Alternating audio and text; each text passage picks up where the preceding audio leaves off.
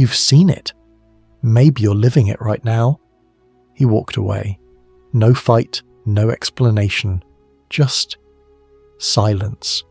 And now you're left wondering if he ever thinks about you, if he regrets it, if somewhere in that cold, distant silence, there's a man who's quietly falling apart. Today, I'm going to show you something most people will never tell you, the truth about men who stay silent after a breakup. And I need you to pay very close attention, because what I'm about to reveal explains behaviours you've been seeing but couldn't understand. Behaviours that seem random but are actually calculated. Behaviours that look like he's moved on, but in reality, prove he's trapped in his own regret. If something in this resonates with you, if you feel that familiar ache in your chest, type "I see it now" in the comments. Not for me, but so your mind can finally start connecting the dots you've been missing. Sign 1. The social media surveillance. Let's start with something you've probably noticed, but dismissed. He doesn't text you, he doesn't call, he doesn't reach out. But somehow he's always the first to view your Instagram story. Always. Within minutes of you posting, there he is. Not liking, not commenting, just watching. This isn't coincidence. This is obsession disguised as indifference. Here's what's happening in his psychology. He told himself he was done. He convinced himself walking away was the right choice. But his nervous system, his subconscious mind, didn't get that memo. So while his ego refuses to reach out, his fingers can't stop checking. He is watching your life unfold from a distance, looking for clues. Is she happy? Is she with someone else? Does she miss me? Is she suffering or thriving? Men who stay silent after a breakup often experience what psychologists call approach avoidance conflict. Part of him desperately wants to reconnect, but another part, usually his pride, his fear, or his stubbornness, keeps him frozen. So he compromises, he watches, he monitors, he keeps tabs without making contact. And here's the part that will make everything click. The faster he views your stories, the more he's struggling. If he's watching within seconds, he's not casually scrolling. He's waiting. He's checking your profile multiple times a day. He's hoping to see something, anything that tells him how you're doing or whether you still care. This behaviour reveals a man who is not at peace with his decision, a man who is silently unravelling. But it gets deeper than social media. Because while he's watching your digital life, he's also doing something far more calculated in the real world. Sign 2. The strategic friend circle interrogation. He doesn't ask you how you're doing, but suddenly your mutual friends are getting unusual messages, casual check-ins, random questions. Hey, how have you been? Haven't talked in a while. And then, almost too smoothly, the conversation shifts. How's everyone doing? How's she doing? This is not casual curiosity. This is intelligence gathering. When a man goes silent but starts circling your social network, he's trying to maintain access to your life without the vulnerability of direct contact. He's outsourcing his need to know because his pride won't let him ask you himself. Pay attention to which friends he contacts. It's never random. He chooses people he thinks will be sympathetic to him. People who might give him information without judgment. People who might even put in a good word for him. This behaviour shows calculation, not indifference. A man who has truly moved on doesn't need updates. He doesn't need to know if you're seeing someone new, if you're happy, if you mention him, if you're struggling. But a man who regrets his silence, he needs that information like oxygen. Here's what most people miss. The more he asks about you through others, the more terrified he is of what he's lost. Because if he didn't care, he wouldn't need to know. If he was confident in his choice, he wouldn't be monitoring your emotional state through intermediaries. This is a man who stays silent not because he's over you, but because he doesn't know how to come back from the silence he created. And while he's gathering information from your friends, he's simultaneously doing something even more revealing on his own social media. Sign 3. the performative posting pattern. Suddenly, he's everywhere online. Posts that were rare before are now constant. Pictures of him living his best life, gym photos, night out with the boys, quotes about growth and moving forward, captions about focusing on myself and new chapter energy. But here's what you need to understand. When a man who was quiet suddenly becomes loud on social media after a breakup, he's not showing you his happiness. He's trying to convince himself of it. This is what psychologists call reaction formation. It's a defense mechanism where someone expresses the opposite of what they actually feel. The louder he is about being fine, the less fine he actually is. Real peace is quiet. Real healing doesn't need an audience. Real moving on doesn't require constant proof. Watch the timing of his posts. Does he post more when you post?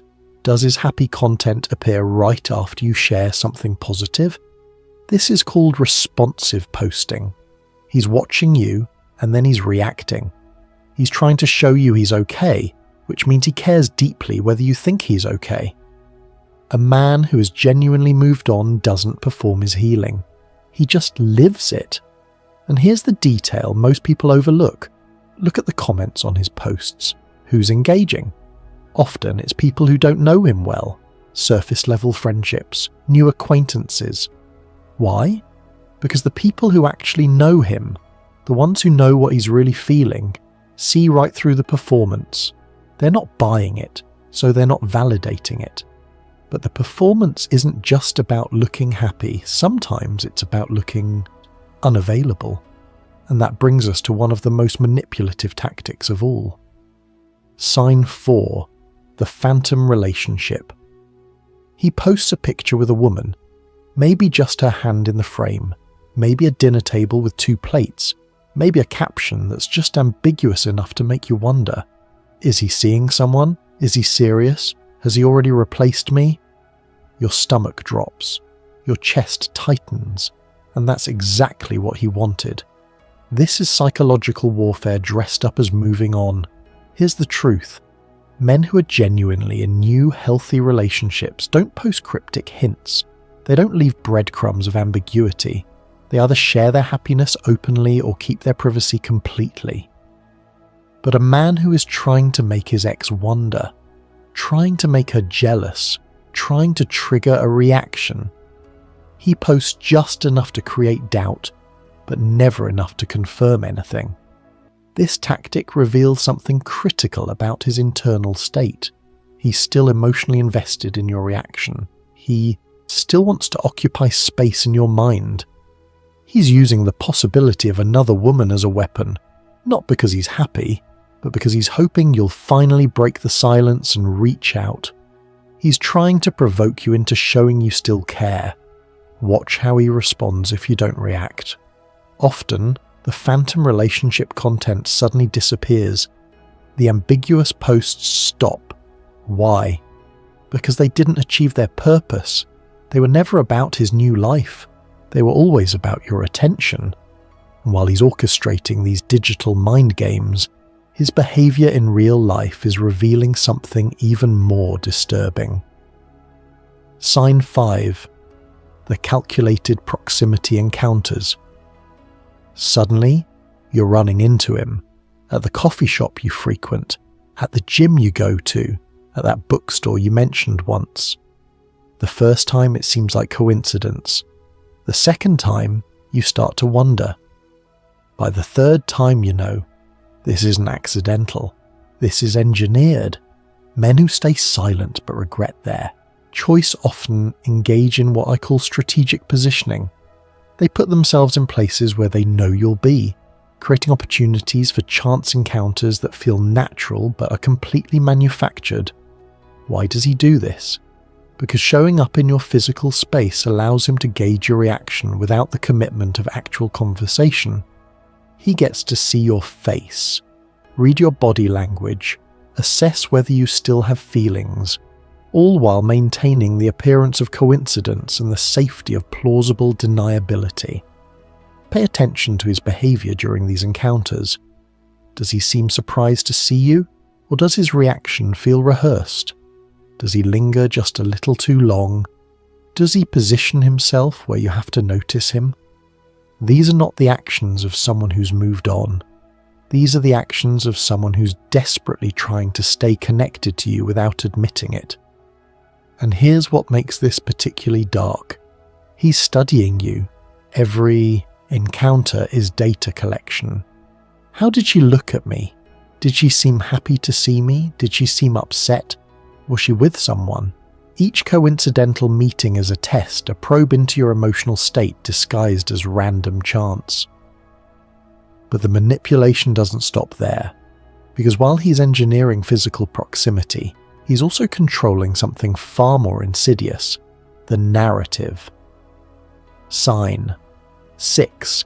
The revisionist history storytelling.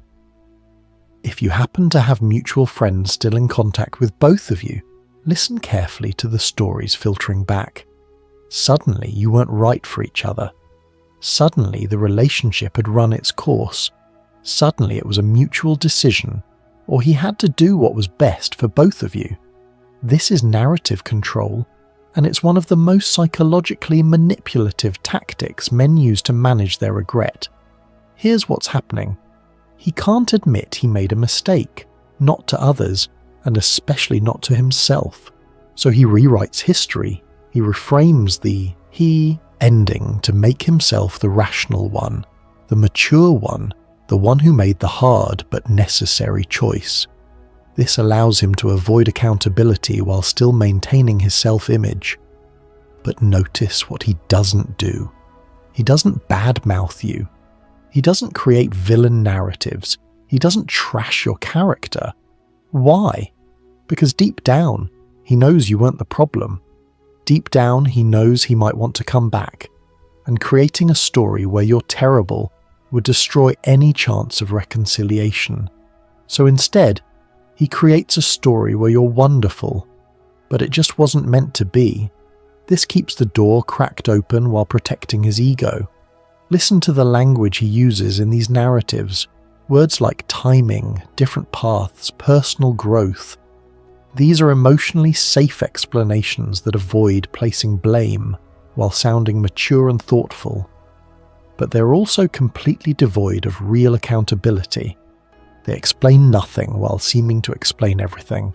And while he's controlling the narrative with others, there's one person he's having the hardest conversation with, himself. Which brings us to one of the most revealing psychological patterns of all. Sign 7. The late-night digital footprints. Check the timestamps. When does he view your stories? When do those friend interrogations happen? When does he post his performative content? Often it's late at night, between 11 p.m. and 3 a.m., the hours when defenses are down, when loneliness hits hardest, when the silence of his room becomes unbearable. This timing reveals everything about his true emotional state. During the day, he can maintain the facade. He's busy, distracted, surrounded by people and tasks that keep his mind occupied. But at night, when there's nothing left to hide behind, the regret comes flooding in. So he checks on you. He scrolls through your profile. He reads old messages. He types out texts he never sends. He considers calling but talks himself out of it. He's trapped in a cycle of wanting to reach out but being paralyzed by pride, fear and shame. This pattern of nighttime engagement is one of the clearest indicators that his silence is not peace. It's torture. A man who is truly over a relationship doesn't spend his nights monitoring his ex's life. He sleeps. He moves on. He invests his energy elsewhere. But a man consumed by regret, his nights are filled with you, even if his days pretend otherwise. And here's something crucial to understand. The longer this pattern continues, the deeper his regret grows. Because every night he doesn't reach out becomes another night he has to justify to himself. Every day of silence becomes harder to break because the weight of all the previous silence makes any attempt at contact feel impossible. But there's one final sign. one behavior that reveals the absolute depth of his psychological unraveling. And when you see this, you'll know beyond any doubt that his silence is destroying him from the inside. Sign 8, the crisis reappearance attempt.